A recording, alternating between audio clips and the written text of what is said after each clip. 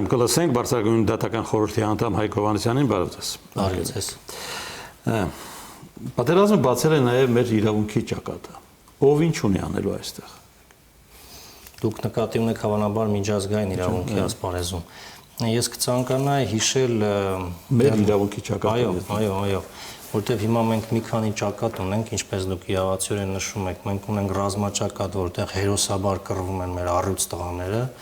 եւ ունենք նաև անտեսանելի ճակատներ, այդ թվում նաև ուրեմն միջազգային իրավունքի ասպարեզում։ Գիտեք, դեռևս 14 թվականին Սանկտ Պետերբուրգում մասնակցում էի միջազգային ամենահեղինակավոր վեհաժողովներից մեկին,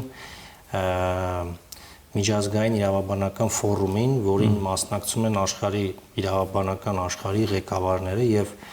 այնտեղ մի քննարկման էի մասնակցում, որը վարում էր Ռուսաստանի Դաշնության հատուկ հանձնարարությունների գծով դեսպանը, փոխնախարարի կարգավիճակով եւ քննարկվում էին մասնավորապես Ղրիմի եւ Կոսովոյի հարցերը եւ նա մի այսպիսի միտք հնչեցրեց, որը հայտնի ասացվածք է, խոսք է, ռուսերենով ասում են Международное право как дышло, куда повернешь, туда и вышло։ Այսինքն դա այդ ձիու վզին գցած այդ վզնոցն է եւ որ կողմ պատտես այդ կողմ էլ կշուր գա։ Ադրբեջանցի մասնակցում էր այդ։ Այո, մասնակցում են եւ ես նույնիսկ այդ հանձնակատարին Արցախի հետ կապված հարց ուղեցի եւ նրա պատասխանը եւս մեկ անգամ ապացուցեց նրա իսկ ասածը։ Եվ այսինքն մենք պետք է սա բերենք զուգակցենք Նժդեհի ասացի հետ, որ այսինքն ուժեղինն է իրավունքը եւ Խրիմյան հայրիկի ասացի հետ, երբ որ նա ասում էր, որ այդ Բեռլինի կոնֆերանսում մեր շերեփը թղթի էր, խփում էինք այդ հարիսայի մեջ եւ մնում էր։ Եվ այստեղ ես ինչ եմ ուզում ասել, որ մեր հերոս տղաների, մեր առույցների, մեր այդ արծիվ կռվողների ռազմական հաջողությունները եւ նրանց այդ հերոսական ոգին, որով նրանք պահում են ռազմաճակատը եւ հաջողությունների են հասնում, օգնում է նաեւ անտեսանելի ճակատում պայքարել եւ անտեսանելի ճակատում իրավունքի ճակատում, որը երկրորդվում է ռազմական հաջողություններին մեր զենքի, հայկական զենքի եւ զինվորի, մենք ձեռքերը ծալած չենք նստում։ Մասնավորապես մենք առաջին իսկ օրից կապի մեջ ենք մեր բոլոր միջազգային գործընկերների հետ եւ դատավորական ուրեմն համայնքի հետ, Բարձրագույն դատական խորհուրդը եւ որպես մարմին եւ նրա բոլոր առանձին անդամները իրենց արդեն անձնական կապերով ուրեմն աշխատում են մեր կարևորագույն խնդիրը մեր արդար պահանջը հասկանալի եւ լսելի դարձնել միջազգային բոլոր հարթակներում, որտեղ հասկանում եք կուշտ եվրոպացու համար պետք է այս խնդիրը մենք պետք է անենք այնպես, որ այս խնդիրը խոսի նրա սրտի հետ եւ կարծես թե դա մեզ հաջողվում է եւ օրինակ մասնավորապես երեք մինչեւ խորը գիշեր ես Բարձրագույն դատական խորհրդի հանձնարարությամբ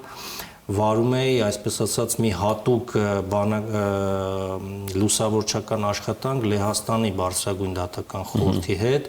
եւ բոլոր այդ քարտեզներով այնտեղ այդպես կոչվում հենց։ Այո։ Եվ մենք նրանց հետ ունեինք արդեն կապեր հաստատված եւ այլն, ցույց էի տալիս քարտեզների վրա Հայաստանի տեղադիրքը, Արցախի տեղադիրքը, Թուրքիայի, նրա պանթուրքիստական։ Դեռ մարդիկ կան, որ առաջին անգամ են շփվում իրականությանը։ Իհարկե, չէ՞ որ այսքան աշխարհը այնքան բազմազբաղ է իր խնդիրներով եւ այսքան հիմա մենք բոլորի մեր խնդիրն է իրավաբանական համայնքի եւ դատավորական համայնքի, աշխարհի դատավորական համայնքի ուրեմն կենտրոնացումը բերել այս խնդրի վրա եւ դրանում նաեւ շատ օգնեց Միեդում Հայաստանի կառավարության ներկայացուցչի վերջին գրանցած հաջողությունները, դուք գիտեք, ինչպես Հիմա դրանից դա շատ կարևոր հանգամանք է։ Ինչ ակնկալել այդ որոշումից։ Նա ուրեմն իհարկե այդ որոշման իրականացումը Միեդը բավարարել է Հայաստանի կառավարության պահանջը եւ միջանկյալ միջոց կիրառել Թուրքիայի նկատմամբ։ Այո, նաեւ Թուրքիայի նկատմամբ իհարկե մեր ներկայացուցիչը նշեց, որ եթե Թուրքիան ինքնակամ չկատարի այս պահանջը եւ եկեք լինենք իրատես ես կարծում եմ որոշ փորձագիտական շրջանակներ նույնպես գտնում են, որ Թուրքիան իհարկե սանձարձելով այս իրավիճակը չի կատարի դա եւ այստեղ կա միայն քաղաքական լծակներ այսինքն նախարարների խորհրդի մակարդակով եւ դիվանագիտական խողովակներով, սակայն Այսինքն այնուամենայնիվ պատասխանատվության շեմը չի երևում։ Այո, եւ այստեղ ես որպես նախկին հրետանավոր պետք է ասեմ, որ երբ խոսում է հրետանին, դիվանագետները լռում են։ Այս առումով նկատի ունեմ, այսինքն եթե չհաջողվի Թուրքիային քաղաքական եւ դիվանագիտական խողովակներով ստիպել, որպեսզի նա դադարեցնի այս սանձարձակած ուրեմն իր օժանդակությունը, ագրեսիան եւ այլն, ուրեմն մենք պետք է կարողանանք մեր զենքի ուժով ստիպել եւ տղաները դա անում են։ Այսինքն ես նկատի ունեմ, որ այստեղ փոխկապակցված ուրեմն աշխատանք է գնում եւ ամեն ինչ արվում է հաղթանակի համար։ Օրինակ ահաբեկիչների մասնակցությունը այս պատերազմին ինչպիսի պատասխանատվություն է ենթադրում որևէ կողմի համար։ Դուք շատ կարևոր հարց եք իհարկե շեշտադրում, ձեզ ասեմ արդեն մի քանի օր է մասնավորապես ռուսական լուրջ փորձագիտական համայնքը խոսում է այն մասին, որ Թուրքիայի եւ Ադրբեջանի գործուն մասնակցությամբ ռազմաճակատում, մեր ռազմաճակատում տեղակայվում են այդ ահաբեկչական միջազգային ահաբեկչական խմբավորումները եւ այն պահից սկսած, երբ որ Ռուսաստանի արտաքին հետախուզության ծառայության պետը պարոն Նարիշկինը դրա մասին հայտարարեց պաշտոնապես, ռուսական փորձագիտական խմբերը, իրավաբանական խմբերը նաեւ այժմ մշակում են այն հայեցակարգը, թե ինչպիսի իրավունք է դա վերապահում Ռուսաստանի Դաշնությանը, հարվածներ հասցնելու ուղղակիորեն իրենց օդային եւ տիեզերական ուժերի միջոցով ՎԿՍ-ը դա կոչվում, հա, это воздушно-космические силы Российской Федерации, ուղղակի հարվածներ հասցնել այդ ահաբեկիչներին արդեն մեր ճակատամարտի գծում, ինչու, որովհետեւ ուրեմն հիմնավորումը հետեւյալն է, որ քանի որ Ռուսաստանի Դաշնությունը այդ ահաբեկչական խմբավորումների դեմ կռվում է Սիրիայում եւ այդ ահաբեկչական խմբավորումները ճանաչված են որպես այդպիսին Ռուսաստանի Դաշնությունում, օրենքով ճանաչված են որպես ահաբեկչական խմբավորումներ, ապա դրանց դեմ կարելի է նաեւ պայքարել նաեւ Արցախյան ճակատամարտում եւ մի հետաքրքիր կոնկրետ գործուն միջամտություն։ Այո, ես նկատում եմ տիեզերական այդ իրենց օդատիեզերական ուժերի կողմից հարվածներ ուղղակի կետային հարվածներ հասցնեն այնտեղ, որտեղ ուրեմն հիմա այդ Ալ-Նուսրայի եւ այլ ահաբեկիչների խմբավորումները կենտրոնանում են, որպեսզի կռվեն։ Դե Ադրբեջանը մինչև 3 ասում էր, դե փաստեր ներկայացրեք, որ Ադրբեջանը կարող է ասել ինչ ցանկանում է, բայց այժմ հատուկ ծառայությունները աշխարհի տիրապետում են ողջ ինֆորմացիային, չկա որևէ այդպիսի գաղտնիքներ, նրանք շատ լավ տեսնում են եւ գիտեք արտաքին հետախուզական ծառայությունը Ռուսաստանի եւ նրա ղեկավարը երբ որ մի բան ասում են,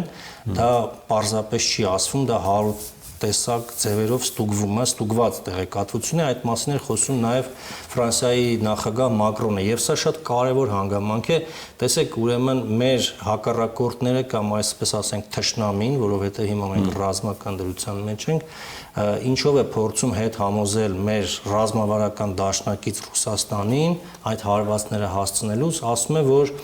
այսպիսի մի ապատեղեկատվություն են տարածել, որ Քուրդիստանի աշխատաբանվորական կուսակցության զինյալներն էլ կռվում են հայկական կողմում, բայց նախ ուրեմն աշխարհի այդ մեր գործընկերներ դաշնակից երկրների հատուկ ծառայությունները գիտեն, որ դա այդպես չէ, նրանք տեղեկատվությանը հրաշալի տիրապետում են եւ երկրորդ նույնիսկ փորձագիտական համայնքը իրավական ինչ է ասում, որ եթե նույնիսկ քրդական աշխատավորաբանվորական կուսակցությունը կռվում է հայկական ուրեմն զորքերի հետ որպես կամավոր Ռուսաստանի Դաշնության տեսանկյունից դա չի համարվում ահաբեկչական խմբավորում, որովհետև Ռուսաստանը քրդական բանվորական կուսակցությանը չի ճանաչում որպես ահաբեկչական խմբավորում եւ նույնիսկ նրա հետ պարբերաբար վարում է դիվանագիտական բանակցություններ եւ մենք նույնպես մեր խողովակներով եւ տեղեկություններով օգնում ենք մեր ռուս եւ այլ դաշնակից պետություններին, որպեսզի նրանք իրենց կառավարությունների համար, իրենց որոշում կայացնող բարձրաստիճան անձանց համար հիմնավորեն իրավաբանորեն այդպիսի պրիվենտիվ հարվածներ հասցնելու ուրեմն հիմքը տան իրավական։ Հիմա գանք այն կոնվենցիային, որը վավերացված է եւ Հայաստանում, մենք մի քիչ ավելի շուտ, հետո Ադրբեջանին, խոսքը բերում է մարդու իրավունքների պաշտպանության տիրույթ, այսօր արտասահմանցի լրագրողներ խաղաղ բնակավայրում վիրավորվել են, մեկի վիճակը շատ ծանր է, դա տեղի է ունեցել Շուշիի եկեղեցին հրթիռակոծելու ժամանակ, այսինքն հարվածներ խաղաղ բնակավայրի, այդ թվում մշակութային ժառանգության նկատմամբ դրա իրագործումը։ Էլ չեմ ասում Թուրքիայի եւ Ադրբեջանի ղեկավարների ուղիղ հայտարարության կոչերը, ռազմական գործողությունները շարունակելու կոչերը, սրանք պատասխանատվության որ տիրույթում պետք է քննարկվեն։ Սրանք ռազմական եւ առասարակական քննարկվելիք բան է դա։ Այո, իհարկե, սրանք պատերազմական ռազմական հանցագործություններ են։ Իհարկե Հայաստանը չի հանդիսանում Հաագայի միջազգային քրեական դատարանի անդամ, սակայն ես կարծում եմ, որ այս ամենը, որը հիմա փաստավավերագրվում է, արձանագրվում է, այս բոլոր ռազմական հանցագործությունները, որ գործում են Թուրքիան եւ Ադրբեջանը, եւ հերո չի այն օրը, երբ որ նրանց ռազմաքաղաքական ղեկավարները կանգնելու են դատարանում, միջազգային քրեական դատարանում կանգնելու են պատասխանատվության առաջ, որովհետեւ հիմա մեր գործը ուրիշ է, հիմա մեր գործը մեր նկատմամբ իրավաբանական եւ դիվանագիտական կորպուսինը այս ամենը արձանագրել եւ գրագետ ձևով ներկայացնել մեր գործընկերներին միջազգային բոլոր հարթակներում։ Բոլոր եւ մենք դա անում ենք։ Դե, տեսեք, դիվանագիտական ճակատից եկող իմպուլսները բավականին այս անգամ կտրուկ են եւ հստակ եւ հասցեական։ Ամենաբարձր հարթակները խոսում են կոնկրետ Ադրբեջանի կողմից ագրեսիան սանձազերծելու մասին եւ անթույլատրելի այդ զինատեսակները կիրառելու։ Հիմա կոչերից հետո ինչ է հետևելու կամ միջազգային հանրության այդ գնահատականները երբ են արդյունք դառնալու, հա, եւ որ հարթակից պետք է մենք առաջինը դա լսենք։ Երբ որ այդ քանակը կդառնա որակ, այսինքն եւ դրա վրա ենք հիմա մենք աշխատում, որպեսզի մեր դաշնակից պետություններում առաջացնենք այդ հասարակական պահանջը, որպեսզի այդ երկրի հարկատուները եւ ազդեցության ոլորտ ունեցող մարդիկ պահանջեն իրենց քաղաքական ղեկավարություններից գործում միջամտության քայլեր ձեռնարկել։ Իհարկե այս ամենը նաև պետք է համադրել մեր ուրեմն քաղաքական։ Այսինքն դա ինչով է արտահայտվելու, ինչ որ սանկցիաների տեսքով է լինելու։ Տեսեք, օրինակ, երբ որ Թուրքիան իրեն պահեց այնպես, որ դա դուր չեկավ ԱՄՆ-ին, վերջերս Սիրիայում, եւ նախագահ Թրամփը 3 օրով ընդամենը սանկցիաներ մտցրեց տնտեսական Թուրքիայի դեմ, Թուրքիան միանգամից խելքի եկավ եւ արեց այն ամենը, ինչ որ ԱՄՆ-ն նրանից պահանջում էր, որովհետեւ դուք գիտեք թուրքական լիրան կտրուկ արժեզրկումների գլորվում է, արժեզրկվում է, թուրքական տնտեսությունը պայթյունավտանգ վիճակում է եւ ես կարծում եմ դա էլ պատճառներից մեկն է, թե ինչու է այդ նախագահ Էրդողանը իրեն այդպես պահում եւ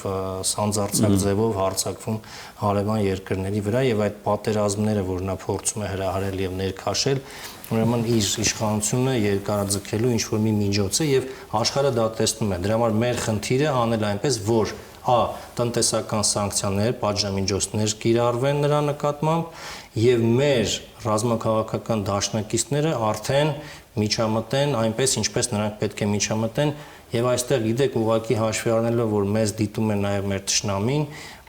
շատ բան կարող ենք չքննարկել, բայց ուղղակի մի բան վստահանանք, որ մեր ռազմաքաղաքական դաշնակիցները նույնպես ձեռքերը ծալած չեն նստում եւ օրնիբուն աշխատում են, որպեսզի օր առաջ առնահեղությունը կանգ առնի։ Շատ բարի։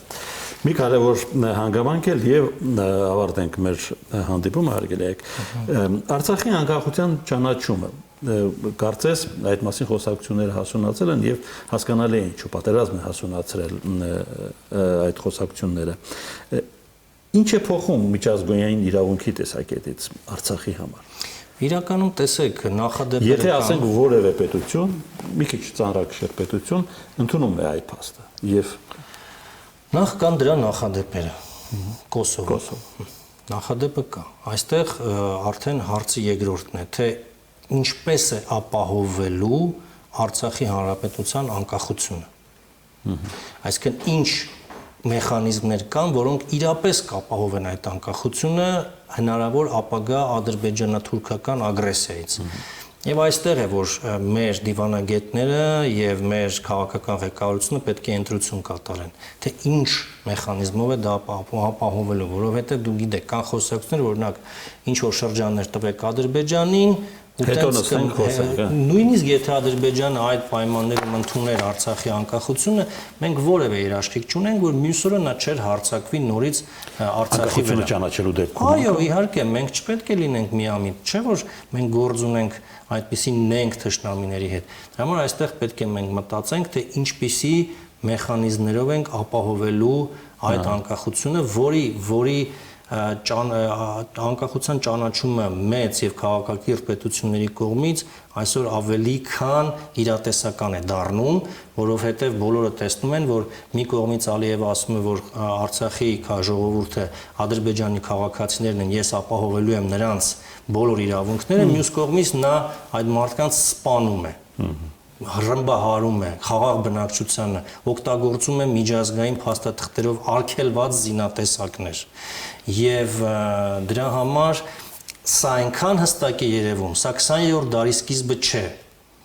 Հիմա ամեն ինչ շատ արագ վարկյանական վավերագրվում է, արձանագրվում է, բոլորը ամեն ինչ տեսնում են։ Եվ մեր հերոսական կռիվը նույնպես առաջին հերթին։ Եվ ես կարծում եմ, որ մենք հիմա գտնվում ենք, դու գիտեք, մենք ձեր եթերում ավանդաբար անդրադարձել ենք միշտ գերմանացի փիլիսոփաներին, եւ այժմ կանտյան Standhaftigkeit, այսինքն ազգի ներքին տոկունության եւ ներքին ամրության վիճակն է, որը հիմա իր հերթական քննությունն է բռնում, բայց բոլորս մեր ուրեմն մեր ջանքերը կատարում ենք, որպեսզի մեր հաղթանակի օրը մոտեցնենք։ Բոլորս, յուրաքանչյուրս, այո, եւ ամեն ինչ ենք անում դրա համար։ Շնորհակալություն ձեզ դիտարկումների համար։